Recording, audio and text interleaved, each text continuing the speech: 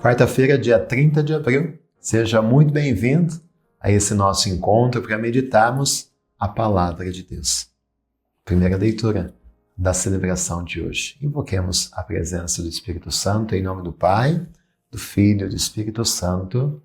Amém. Ó Divino Espírito, suplicamos a Tua luz, a Tua verdade, para que nós possamos compreender a Tua Palavra e que, contemplando a Tua ação no início da Igreja, nós possamos também ser renovados na certeza de que o Senhor continua a agir no meio de nós. Ouçamos Atos dos Apóstolos, capítulo 5, versículos do 17 ao 26.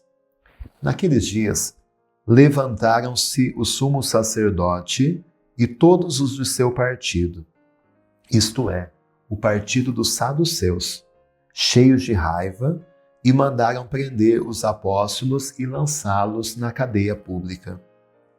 Porém, durante a noite, o anjo do Senhor abriu as portas da prisão e os fez sair, dizendo: Ide falar ao povo no templo sobre tudo o que se refere a este modo de viver. Eles obedeceram e, ao amanhecer, entraram no templo e começaram a ensinar. O sumo sacerdote chegou com os seus partidários e convocou o sinédrio e o conselho, formado pelas pessoas importantes do povo de Israel. Então mandaram buscar os apóstolos à prisão. Mas ao chegarem à prisão, os servos não os encontraram e voltaram dizendo: Encontramos a prisão fechada com toda a segurança, e os guardas estavam apostos na frente da porta. Mas quando abrimos a porta, não encontramos ninguém lá dentro. Ao ouvirem essa notícia, o chefe da guarda do templo e os sumos sacerdotes não sabiam o que pensar e pensavam-se o que poderia ter acontecido. Chegou alguém que lhes disse: Os homens que vós colocastes na prisão estão no templo ensinando o povo. Então o chefe da guarda do templo saiu com os guardas e trouxe os apóstolos, mas sem violência, porque eles tinham medo que o povo os atacasse com pedras. Palavra do Senhor, graças a Deus. E nessa passagem de hoje, capítulo 5, nós vemos mais um sinal, mais um prodígio. Na leitura diante de ontem, nós ouvimos aquela oração que os apóstolos faziam, pedindo que Deus realizasse sinais, prodígios, para que eles pudessem, de fato, continuar anunciando corajosamente a palavra. E aqui nós vemos que Deus atende aquela súplica dos apóstolos. E Deus realiza mais um sinal. E Deus faz mais um prodígio, libertando mais uma vez os apóstolos da prisão. E são libertados da prisão e continuam anunciando. Ou seja, eles não deixam que o medo os impeça de fazer a vontade de Deus. Mas quanto mais perseguidos eles são, com mais força, com mais coragem, eles anunciam, porque eles percebem que eles estão do lado certo. Deus estava do lado deles.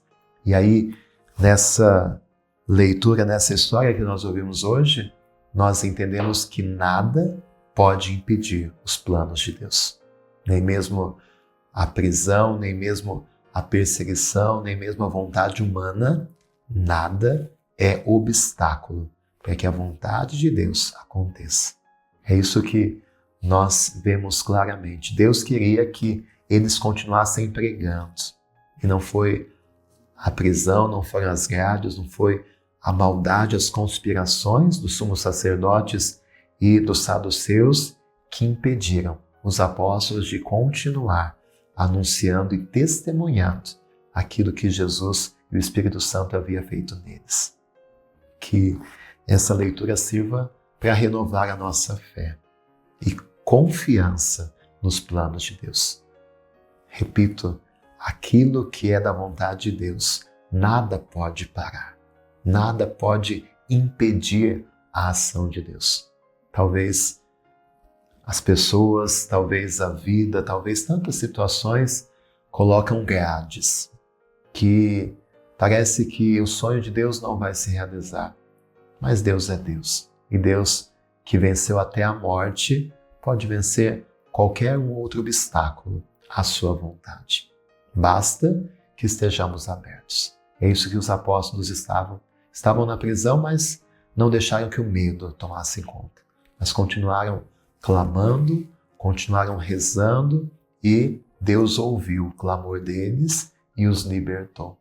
Que você também, que talvez se sente numa prisão, seja por uma doença, seja pelo desânimo, talvez pela depressão, talvez porque as coisas não dão certo na sua vida, que mesmo dentro da prisão, você não deixe de confiar, você não deixe de louvar, você não deixe de adorar, você não deixa de esperar em Deus.